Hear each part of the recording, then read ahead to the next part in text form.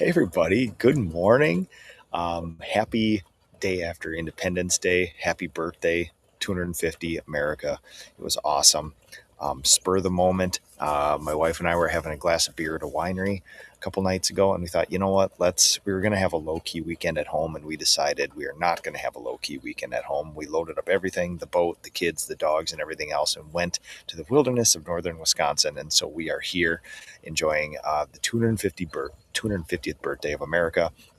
Uh, Want to talk to you guys today about last week. I had some very interesting exterior sales data. You should go watch that show. That was very interesting. And then I told you I had a plan to do something about it, and the plan went into effect last week, and I have results for you. But also, it is Independence Day weekend. It is absolutely beautiful out here. I did sit down here by this lake and write my one-page weekly for the week on independence. Welcome to Wisconsin. Thank you much. I love it here, just like northern Minnesota. So I did write a treatise on independence and what it means to be independent and how it fits into like the psychological core needs of a human. So I would urge you guys to listen, to watch that. The lake behind me stars in that one-page weekly episode very highly. But today, I am going to keep this very brief because we are going to head back home today, but I also want to do a little fishing with the kids still. We got a lot of bass and pike and stuff to harass before we leave these lakes up here. So, okay, here, let me set the stage for you guys.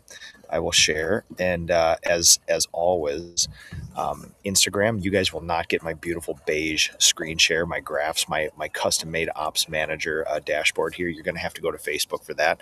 But let me set the stage for you guys. Every year has its own flavor, right? And so this year we've been setting records with leads. Our marketing plan is really coming to fruition after years of sort of doing this sort of thing. And now we have interesting sales data. We had a great spring surge. It was about 8.5, 9 weeks, give or take. And I showed you guys what actually happened. We're doing 62.5 estimates a week for about 8 or 9 weeks. The guys are out there just hammering. We're selling all sorts of crazy work. I think 56% of all the stuff we sold the entire year happened in the 8-week surge period, the spring surge period. We track this very closely. We try to take advantage of it all the time because that's when people want their stuff done, and we want to help as many people as possible. So the flavor of this year is that exterior sales were down. We chart interior sales, exterior sales, and then commercial sales. But even within that, if you want to get more granulated, I break out exteriors into 4 groups: sub 5K, 5K to 10K, which is the bread and butter, 10K to 15K, and 15K to 20K. Now, we do projects much larger than that, but that has about 95% of all of our sales in there. And so what we found that when you quadfurcate those numbers like that, we find that sub 5K is kind of on track, maybe a little down.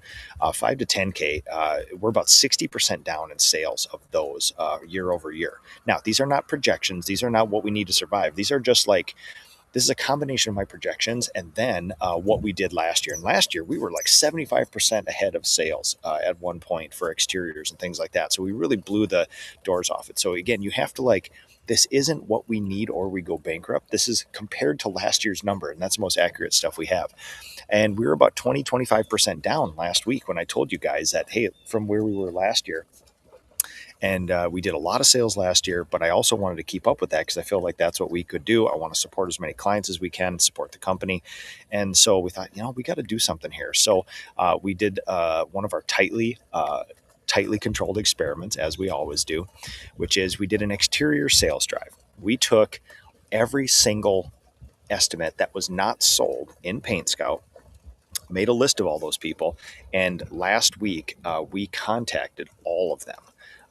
We called them, we emailed them, and we sent out an email blast to everybody. And we did a very tightly controlled experiment where we technically did a sale. And you guys know, if you follow me, I'm kind of morally opposed to sales for a number of reasons we won't get into here.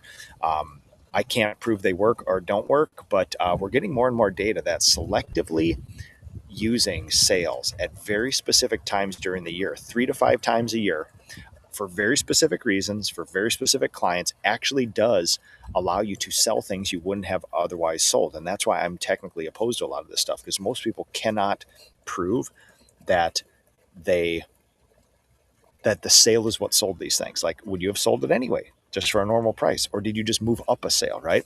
And so we're actually getting some data where we can prove that these probably would not have been sales otherwise. And so we were about 25% behind where I wanted to be in exterior sales this year. And happy to report, guys, our sales drive, what we did, we knocked off about 20% of that, not 20% of the gap. We knocked off, what is that percentage wise? We knocked off about 80% of that gap last week. So we went from 20%, 25% behind projections to about 5% behind projections for exterior sales only. Now, the guys are absolutely blowing the freaking doors off interior sales. We're 44% ahead of where I projected we would be. Our commercial sales are 25% ahead. We're just doing great work there. But exterior sales, we're almost up to par. And we're going to do one more mini push next week, and we're going to bring that up. So what I'm telling you guys here is that I'm showing you in real time what a paint business owner does. I want to help as many people as we can while the sun is shining, because we only have about 75 working days a year. That's not a holiday that we can actually paint outside. And so I want to help as many people as possible. That means crunching in all these things as much as possible. And what we did, I'm very happy to report that the average job size last week, and let me pull up that thing. The average jobs, last week, pulling up my Paint Scout dashboard here. All selected. Yeah, our average job size was 10K. So that's a monster. We're typically at that 5,500, give or take. And so we track every single sale that came from the sales drive. My guys just calling these people, telling them they want to help and seeing if we can paint their house. And we track it on a special way on our Paint Scout estimates.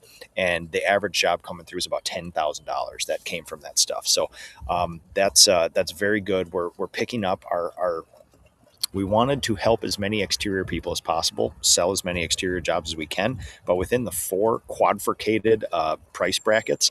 The smallest one we're doing just fine, that 5 to 10K, and that 10 to 15K. The 5 to 10K is the one where we really have, like, there's a big gap in the numbers right there, and that's the one we made up. So controlled experiment, hypothesis, theory, test, control the variables, and we did it. It's a great thing. We almost closed the gap. One more week, and I bet you we will be ahead of exterior sales number, especially because this last week, when we did the exterior sales drive, when we contacted all these people, I think there were $2.9 million worth of exterior estimates that were unsold so far, and we contacted every one of them. I drove down Main Street for my estimator one-on-ones last week, and it was a ghost town, which means everybody was up doing what I'm doing right now, is celebrating the 4th Independence Day and out of office. So we're going to hit it one more mini time next week when people are back in office. We'll see if we can keep driving these numbers. So with that all being said, this is nothing more than telling you guys in real time, I am present, I am local, I am doing what you guys are doing, and you're seeing the real machinations, the real thought process of somebody who wants to help as many humans as possible, with the vehicle being their paint business while the summer is good. And very glad that we can do this. I want to show you the real-time experiments, how a paint business entrepreneur thinks about these things. Not 10 years down the road, not in some master's class. This all will show up in a master's class.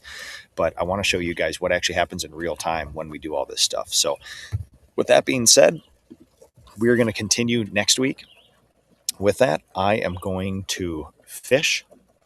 We're going to pack up. We're going to take these dogs, go fishing with them. We're going to explore this wilderness a little bit longer, and we are going to go home. It was an amazing weekend, guys. Thank you, everybody else. I've been following everybody's Independence Day posts, and I will tell you this before I sign off here. One of the most formative, one of the most formative experience I've had recently was going to Australia. And 2 things really struck me. Number one, how kind and even-keeled and just easy living and good the humans are, just straight across the board. You didn't get highs, you didn't get lows. It's more of just like clean, easy living. Everything's good. But I had one Australian pull me aside and point out one of the craziest things I've ever witnessed. We were walking down the streets of Melbourne. We're walking down the Victorian cottages of St. Kilda, residential, commercial districts, this like that. And he goes, Nick, you notice that nobody has the Australian flag up.